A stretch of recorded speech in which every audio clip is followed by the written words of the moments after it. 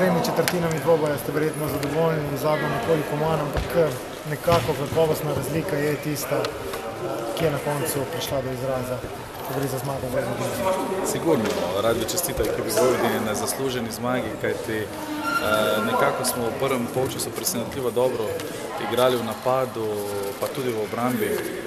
Ni bilo preveč lukenj, v drugem polčasu enostavno nismo mogli držati tega tempa, kar se tiče igre v napadu, in ekipa Vojvodine nas je svojo odlično obrambo, ki jo igra v tej sezoni, prisiljena na številne napake, kjer so potem z lahkoto dajali koše.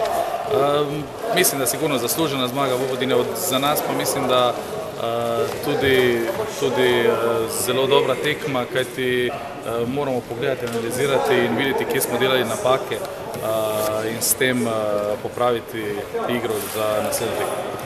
Koliko močnejši bi bili tu z Gajićevo in predvsem z Macuro, predvsem ko gre za samo višino? Tu ste izgubili kar nekaj skoka, tako v napadu kot v obrambi. Sigurno, da imamo velike probleme sploh v sami rotaciji tekme, kajti moramo vedeti, da igramo praktično 6 igralkami in Slovensko ligo in Jadransko ligo. Zelo težko je v tem trenutku, komaj čakamo, da po tej pauzi se nam pridružijo in Macura in Gajićeva predvsem, pa tudi danes Gabruškova, ki ni igrala, vendar mislim, da je to vse šola za te igralke in da kažejo, da imajo nekaj v sebi, kažejo, da imajo talent in upam, da bodo to v prihodnosti tudi izkoristili.